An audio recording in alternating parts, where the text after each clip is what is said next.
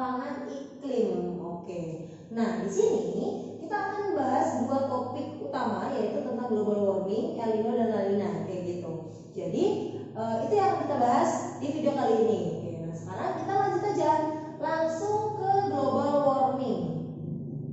Nah, global warming itu kan kita udah tahu ya, itu fenomena yang lagi ramai gitu kan belakangan ini, udah dari tahun-tahun sebelumnya juga. Global warming itu adalah peningkatan suhu bumi secara global gitu. Nah, kalau misalkan ditanya itu kenapa sih si global warming itu bisa terjadi? Itu sebenarnya ada kaitannya dengan efek rumah kaca namanya. Mungkin teman-teman juga udah sering dengar kan istilah efek rumah kaca itu. Nah, si efek rumah kaca itu adalah peristiwa di mana pengibaratan sebenarnya, di mana kondisi bumi itu kayak ada di dalam rumah kaca gitu. Prinsipnya sama, jadi ketika sinar matahari masuk ke dalam rumah kaca tersebut, sinar matahari tersebut akan ditahan sama rumah kaca sehingga si panasnya itu nggak keluar lagi, kayak gitu. Nah, di sini aku udah tuliskan skemanya. Jadi peningkatan suhu bumi itu kan dikarenakan adanya efek rumah kaca. Sebenarnya efek rumah kaca ini dalam keadaan yang normal yaitu bisa menyebabkan suhu bumi itu tetap hangat gitu. Jadi efek rumah kaca itu tetap dibutuhkan oleh bumi karena dengan adanya efek rumah kaca, makanya bumi itu bisa nyaman untuk ditinggali seperti itu. Itu dalam keadaan normal.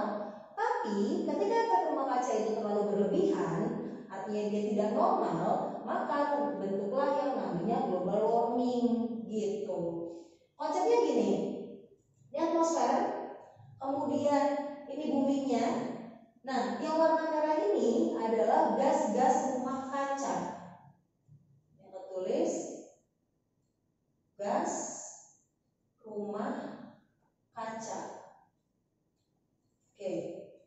Gas rumah kaca itu adalah gas yang menghasilkan efek rumah kaca seperti itu. Ada CO2, ada N2O, ada CH4, ada CFC, terus ada SF6 dan SO2. Itu adalah gas-gas yang memicu terjadinya efek rumah kaca. Nah, jadi dalam keadaan normal, aku kasih spidol warna biru ya. Ketika sinar matahari itu masuk ke dalam atmosfer bumi, itu dia mendekati ke bumi, terus si bumi ini kan dia akan memantulkan kembali panas matahari kan.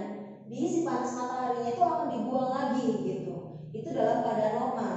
Tapi dalam keadaan global warming, ketika sinar matahari itu masuk ke dalam atmosfer bumi, kemudian mau dibuang lagi ke atas, nah ini tertahan sama yang namanya gas-gas rumah kaca tadi, sehingga panasnya itu nanti dia mantul di dalam aja.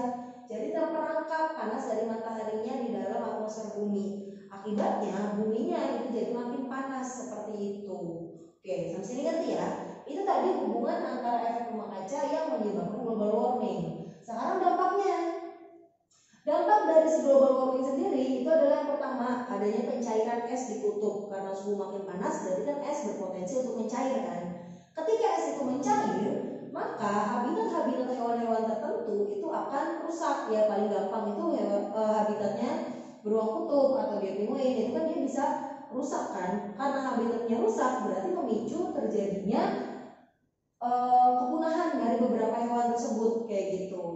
Nah, terus yang keempat, karena si es tadi mencair, berarti kan dia akan mengisi laut kan, maka muka air laut itu akan bertambah ketinggiannya karena jumlah air lautnya bertambah seperti itu. Terus karena si air lautnya juga makin naik, maka potensi terjadinya banjirop atau banjir yang disebabkan karena pasang surut air laut itu juga berpotensi makin besar. Terus ini masih banyak dampak-dampaknya, kayak contohnya lagi yang keenam itu ada pemutihan koral. Pemutihan koral itu kan karena koral atau terumbu karang itu bisa putih karena suhu bumi yang terlalu panas, karena koral itu nggak bisa ada di wilayah perairan yang lebih dari hangat gitu, lebih ke panas itu nggak bisa gitu. Makanya potensi pemutihan koralnya itu terjadi dan lain-lain, itu masih banyak. Nanti teman-teman bisa tambahkan sendiri kayak gitu. Itu tadi adalah global warming. Nah, sekarang kita lanjut ke El Nino dan La Nina. Nah, El Nino dan La Nina itu apa? Dia itu adalah penyimpangan iklim atau penyimpangan atmosfer yang terjadi di wilayah Samudra Pasifik seperti itu. Kalau di wilayah Samudra Hindia ada lagi namanya, itu namanya dipole mode, ada dipole mode positif sama dipole mode negatif. Tapi konsepnya sama. Nah, Samudra Pasifik itu kan dia menghubungkan antara wilayah Indonesia sama wilayah Peru atau wilayah Amerika Selatan kan. Jadi dalam keadaan normalnya itu sebenarnya kayak gini. Ini wilayah Indonesianya nih, jadi ibaratnya Samudra Pasifik itu kita potong melintang nih. Ini wilayah Indonesia, ini perairan Samudra Pasifiknya, terus ini Perunya. Nah, terus dalam keadaan normal, ini yang bagi ya, ada wilayah Pasifik Barat, Pasifik Tengah, sama Pasifik Timur. Oke. Dalam keadaan normal, ada peristiwa yang namanya upwelling. Upwelling itu, tulis dulu, ini upwelling. Upwelling itu adalah peristiwa naiknya kolom air bagian bawah itu ke permukaan laut gitu. Karena kolom air bagian bawah ini kan dia jarang terkena sinar matahari kan, maka suhunya dia akan menjadi dingin gitu. Nah, karena si upwelling terjadi, air dingin tadi itu akan naik ke permukaan sehingga mengakibatkan bagian atas, bagian permukaannya di sini juga dia bersuhunya dingin gitu. Jadi wilayah Peru itu suhunya akan dingin, sedangkan wilayah Indonesia itu suhunya akan lebih panas. Oke, di sini ada perbedaan suhu nih, ada perbedaan suhu dari dingin ke panas. Artinya ada perbedaan tekanan. Dari Peru tekanannya tinggi, ke wilayah Indonesia tekanannya rendah. Hal tersebut akan mengakibatkan angin kan. Jadi angin pasat itu akan terjadi di sini. Jadi akan berhembus angin pasat dari wilayah Peru menuju ke wilayah Indonesia. Oke, nah ini tadi angin pasat. Nah, ketika angin pasat tadi melewati Samudra Pasifik, melewati perairan yang luas, maka si angin pasat tadi pasti akan membawa uap air dari Samudra Pasifik. Uap airnya kemudian dikumpulkan sampai di Indonesia, itu akan mengakibatkan hujan gitu. Itu dalam keadaan normal seperti itu. Oke, sampai sini ngerti ya? Nah, kemudian ketika peristiwa El Nino itu terjadi, maka akan ada perubahan dari konsep ini. Perubahannya di mana? Ini terjadi pemanasan di wilayah Samudra Pasifik bagian tengah dan bagian timur gitu. Jadi Samudra Pasifik bagian timur sini nih, yang harusnya dia dingin, ini justru dia panas gitu. Karena dia panas, Indonesia juga dia panas, maka angin yang berhembusnya itu menjadi lemah gitu. Aku kasih garis putus-putus. Nah, ini jadi si anginnya dia tadi bergeraknya lemah. Walaupun angin itu bergerak lemah, dia tetap membawa uap air. Tapi kan uap air dikumpulin lama-lama kan makin berat. Karena si anginnya lemah, si angin tersebut tidak bisa mendorong awan hujan untuk sampai ke Indonesia. Jadi awan hujannya itu dia cuma nyampe di tengah-tengah Samudra Pasifik doang gitu.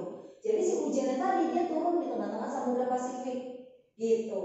Nah, terus ketika si awan ini udah nurunin hujan, kan awannya tetap jalan ke wilayah Indonesia kan? Tapi karena dia udah nggak bawa uap air, maka di sini sifatnya kering udaranya gitu. Akibatnya El Nino itu dia akan menimbulkan kekeringan di Indonesia gitu. Oke, sampai sini paham ya? Itu tadi dia El Nino. Sekarang La Nina. La Nina itu lawannya dari El Nino. Kalau tadi El Nino mengakibatkan kekeringan di Indonesia, La Nina mengakibatkan curah hujan di Indonesia itu terlalu tinggi gitu. Nah, sekarang kita bahas. Tadi kalau El Nino itu di wilayah Perunya dia panas. Sedangkan kalau La Nina di wilayah Peru itu dia terlalu dingin. Makanya dinginnya aku tulis 2 nih, menunjukkan kalau di sini dingin banget gitu. Jadi di wilayah sininya itu dingin, sedangkan di wilayah Indonesianya tadi kan panas. Oke, karena di sini perbedaan suhunya itu sangat tinggi, lebih tinggi dari yang ini nih, makanya di wilayah Samudra Pasifik akan berhembus angin pasat tapi dengan kekuatan yang sangat besar. Jadi anginnya terlalu kuat. Nah, angin yang terlalu kuat kedua itu akan mengakibatkan si awan hujan itu akan terkumpul semuanya di sekitaran Indonesia. Jadi awannya nih yang harusnya dia merata di Samudra Pasifik sampai Indonesia, semuanya ngumpul di wilayah Indonesia. Akhirnya di Indonesia itu akan terjadi hujan lebat yang bisa memunculkan terjadinya banjir seperti itu. Gitu. Itu tadi peristiwa global warming, El Nino sama La Nina gitu. Penjelasan lebih lanjut mengenai El Nino sama La Nina itu bisa kalian cari banget gitu. Jadi informasinya itu nanti ada yang namanya siklus Walker dan lain-lain, terus ada pergolakan juga dari Samudra Pasifiknya. Itu ada penjelasannya lebih dalam. Tapi ini adalah penjelasan yang paling sederhananya untuk memahami konsep apa itu El Nino sama itu La Nina. El Nino sama La Nina, sorry. Gitu. Oke, sampai sini paham ya? Nah, sudah sampai di penyimpangan iklim, berarti materi kita tentang iklim selesai. Mudah-mudahan video dari awal sampai di video terakhir ini atmosfer itu bermanfaat. Nanti kalau ada yang masih bingung bisa langsung chat kakaknya buat nanya